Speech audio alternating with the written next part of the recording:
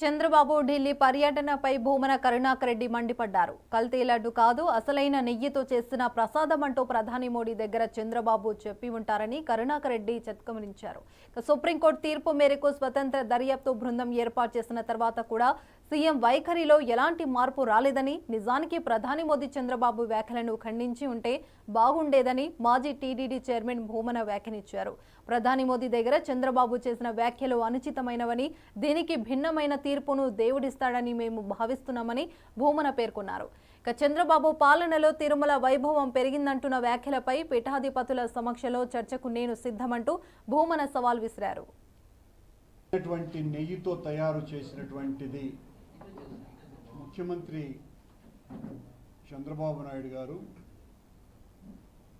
నిన్న ప్రధాని మోడీ గారిని కలిసిన సమయంలో రాష్ట్ర ఆర్థిక అభివృద్ధికి సహాయం చేయటం కోసమని అడగటం లక్ష్యంగా వెళ్ళినట్లుగా ప్రకటించుకున్నటువంటి ప్రభుత్వం ఆయన శ్రీవారి ప్రసాదాన్ని ఇస్తూ ఇది కల్తీ లడ్డు కాదు సార్,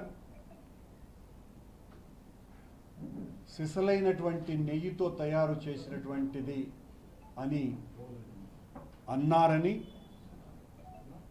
ప్రధాని ఈయన చమత్కారానికి విరగబడి నవ్వి లడ్డూను కళ్ళకద్దుకొని మరీ స్వీకరించారని పత్రికల్లో వచ్చింది. దీని వెనుక చంద్రబాబు నాయుడు గారు లడ్డూను ఇస్తూ ఈ రకంగా మాట్లాడటం వెనుక మళ్ళీ ఆయన దుర్బుద్ధి బయటపడింది, తేట తెల్లమైంది అని స్పష్టంగా అర్థమవుతోంది. ముఖ్యమంత్రి చంద్రబాబు నాయుడు గారు